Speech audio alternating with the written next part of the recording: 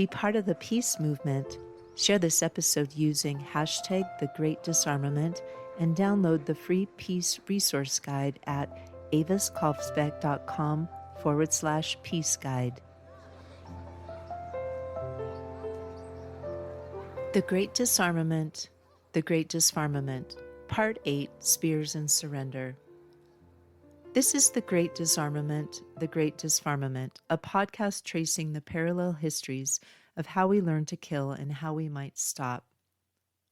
If you're just joining us, welcome. Each episode maps a moment in the twin stories of war and agriculture. We switched the order of the title today because this is where the tide turns. Disarmament takes the lead because from this point on, our story shifts from the roots of destruction to the slow, deliberate work of laying weapons down. Today, we return to a time before borders, bombs, or progress, a time when peace wasn't policy, it was practice. Yes, spears were sharpened, but sometimes they were also buried. This episode explores surrender not as a weakness, but as wisdom. Setting the stage. If war is as old as the human story, then so is peace. We just don't always tell that part. History celebrates conquerors, it idolizes the sharp edges of things, but somewhere between the spear and the sermon, there have always been those who said, "No, not this way." Some are warriors who walked away, some were poets, some were prophets, some were mothers who refused to rejoice when blood was spilled. This episode is titled Spears and Surrender, How Disarmament Began, not with treaties, but with refusal. Let's talk about weapons and the courage to put them down. In our earlier farming episode, Clubs and Compost, we explored early agriculture. Now we explore early restraint. How did ancient communities resolve conflict without bloodshed? Across cultures, we find answers. In many Native American nations, warriors would bury weapons before council. In African traditions, elders used storytelling and ritual to restore balance. In Jainism and Buddhism, nonviolence was a core spiritual practice thousands of years before modern pacifism. In Polynesia, ceremonial warfare included mercy and ritual surrender. In Aboriginal Australia, songs and circles often replaced retribution. There was violence, yes, but also memory, also mercy, also pause. And even in empires where conquest ruled, we find early disarmament thinkers.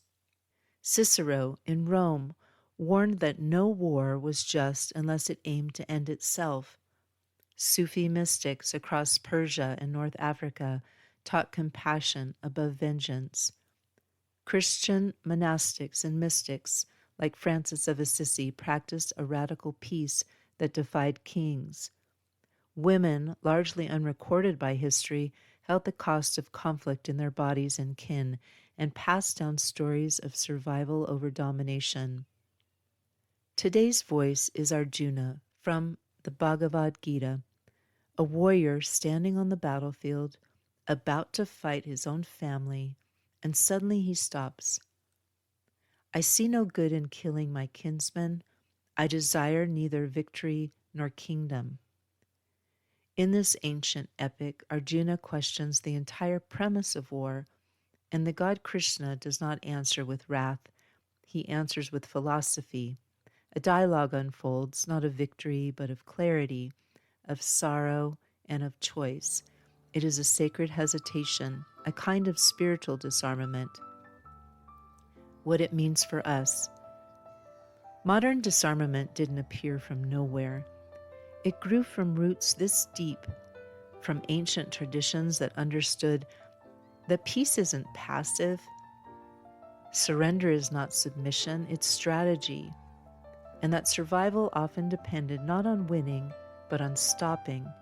These weren't naive pacifists. They were survivors. Communities didn't last by killing all their neighbors. They endured by learning how not to. This isn't nostalgia, it's instruction. From the page to the soil. In the Rig Veda, a collection of ancient hymns composed in India over 3,000 years ago, we find not only invocations of fire and storm, but moments of deep spiritual ecology. One verse reminds us, "Let your aim be common, your assembly common, your mind common. Let your thoughts be united." Mandala 10, Hymn 191, verse 4.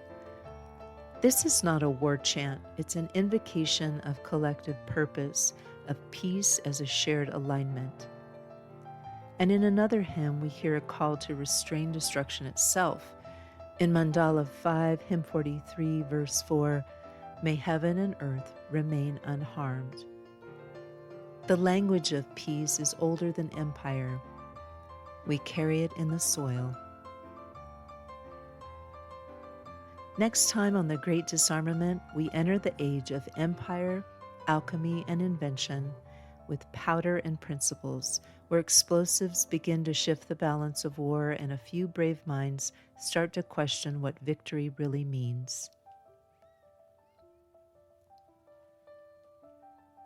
That wraps up this episode of Peace is Here. Will you please take a moment to subscribe and share it with a friend? Subscribing helps others discover peaceful, independent storytelling, and it means a lot to me. I'm Avis Kalfsbeck, author of the Pedro the Water Dog Saves the Planet series, eco-adventure novellas for readers who care about environmental justice, joy, and saving the world one story at a time. You can learn more at aviskalfsbeck.com. Book 6, Mono Mutante, is now available at all major online retailers, or if you'd like to support my book directly, you can get the ebook at aviskalfsbeck.com/mono-mutante. It's a wild satirical ride through food, farming, and the messiness of recovery.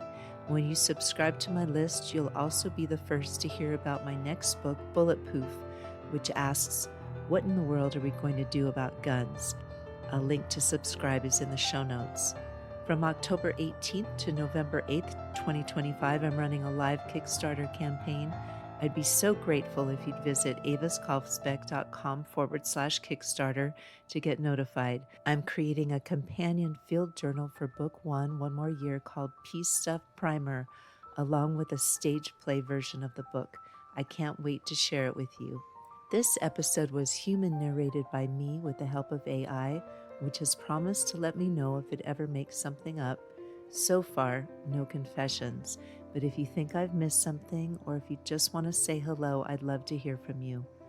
Podcast music is by Javier Peke Rodriguez. You'll find links to his music on Spotify and Bandcamp in the show notes. I'm Avis Kalfsbeck. Thank you again. Until next time, listen for the peace.